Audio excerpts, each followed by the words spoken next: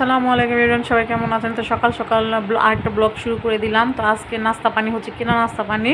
এখানে ছিল পরোটা, হালুয়া, ভাজি, আর আমি ঘরে আমার জন্য চা রান্না করছি, দুধ চা। তো নাস্তা পানি খাওয়া শেষে এখন চাটা খেয়ে নেব। চাটা খেয়ে প্রতিদিনের মতো যে প্রতিদিন সকালে যে চিন্তা থাকে রান্নাবান্না নিয়ে, তো সেই রান্নাবান্নার আয়োজন শুরু করে দেব। তো প্রতিদিনই চিন্তা ভাবনা করে কী রান্না করব না রান্না করব। তো আপনাদের জন্য ভাইয়ের জন্য ভাজি করে নিয়েছি, আর এদিকে আমি পাঙ্কাশ মাছ ভুনা করব। দেখি পাঙ্কাশ মাছ আমি হলুদ মরিচ লবণ টবণ মাখায় রাখছি। এদিকে ভাজির পানিটা আমার শুকে আসার পর আমি এখানে টেলে নিয়ে জিরা গুঁড়া পাউডার দিয়ে এখন ভাজিটা নামায় নেব।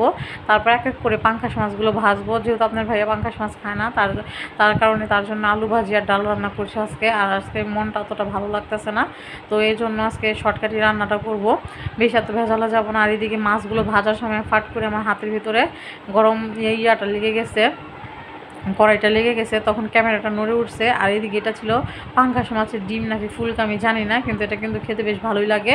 তো যাই হোক, এখানে মাছগুলো আমার কড়া করে ভাজা হয়ে গেছে। তো মাছগুলোকে ভাজা হয়ে গেছে, এখন উল্টা পাল্টা আমি নামায় নেব।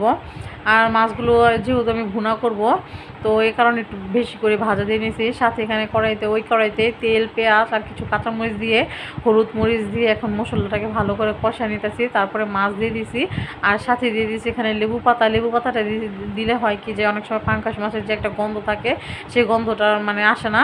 লেবু পাতার যে একটা ফ্লেভার, সেটা একটা সুন্দর একটা স্মেল আসে। তো এই যে রান্নাবান্না শেষে তারপরে সকালের বাসনকালে এখানে রয়ে গেছে থালাবাটি। তো এইগুলো সব ধুইছি, ধোয়া শেষে তারপরে সিং টিং রান্নাঘর যেগুলো ছিল সেগুলো পরিষ্কার, কিন্তু কম একটা প্যারা না। মহিলাদের কাজ কিন্তু শেষই হতে চায় না, একটার পর একটা কাজ থাকেই। তো রান্নাবান্না শেষ করে তারপরে আবার রান্নাঘর পরিষ্কার, তারপরে সিং টিং এগুলি পোছা, চুলার ওপর পোছা, বেসিন টেসিন পোছা, সব এগুলো কাজ শেষ হতেই চায় না। তো রান্নাবান্নার দিকে কম করলে কি হবে, দেখা যায় কি যে আপনার এগুলো করতে করতে অনেকটা বেলা পার হয়ে যায়। এগুলো কিন্তু একটা পেরেশানির কাজ কম না। তো এই যে চুলার পিঠটা আমি এখানে পরিষ্কার করে নিছি। তো এখানে সিঙ্কিং পরিষ্কার করা শেষে এখন বেসিনটা পরিষ্কার করে নিছি। প্রতিদিনের মতো আমি চুলার পাড় পরিষ্কার করার পাশাপাশি বেসিনটাও পরিষ্কার করে নিই, যাতে দাগ টাগ করে না থাকে। আর বেসিনটা পরিষ্কার না করলে আমার কাছে ভালো লাগে না, কারণ এটা সাদা জিনিস, দেখতে অনেকটা খারাপ দেখা যায়, হলুদ টুলুদ ভরে থাকে, যেহেতু খাওয়ার পরে এখানে হাত টাত ধোয়া হয়। তো এই প্রতিদিনের মতো এটাকে আজকে আমি ধুয়ে নিলাম। তো তারপর বান্না ঘর এগুলো পরিষ্কার করার শেষে তারপর নিচে যে ইয়াগুলো থাকে, একবার তো ঘর মানে ঝাড়ু দেওয়া হয়। তারপরে এই যে রান্নাবান্নার উপরে যে চুলার উপরে যে ময়লা টলা থাকে, সেগুলো এখন ঝাড়ু দিয়ে ঘরটাকে পরিষ্কার করে নিতেছি। তারপরে কাজের খালা আসবে, সে ঘরটা পুছে দিয়ে যাবে। তো যাই হোক, ঘরের কাজ শেষ করে গোসল টোসলের পরে এখন ছেলেকে খাওয়াবো।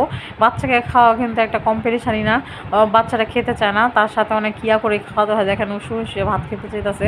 তো যাই হোক, যেভাবেই খাক, খেয়ে তারপরে শান্তি হোক। তারপরে ওর খাওয়া শেষে আমি খেতে নিচ্ছি। তো এই যে যেহেতু পাঙ্কাশ মাছ ভুনা করছিলাম, তো এই যে পাঙ্কাশ মাছের যে ডিম নাকি কী বলে এটা, সেটা নিচ্ছি, আর সাথে মাথা ছিল, মাথা নিচ্ছি খাইতে।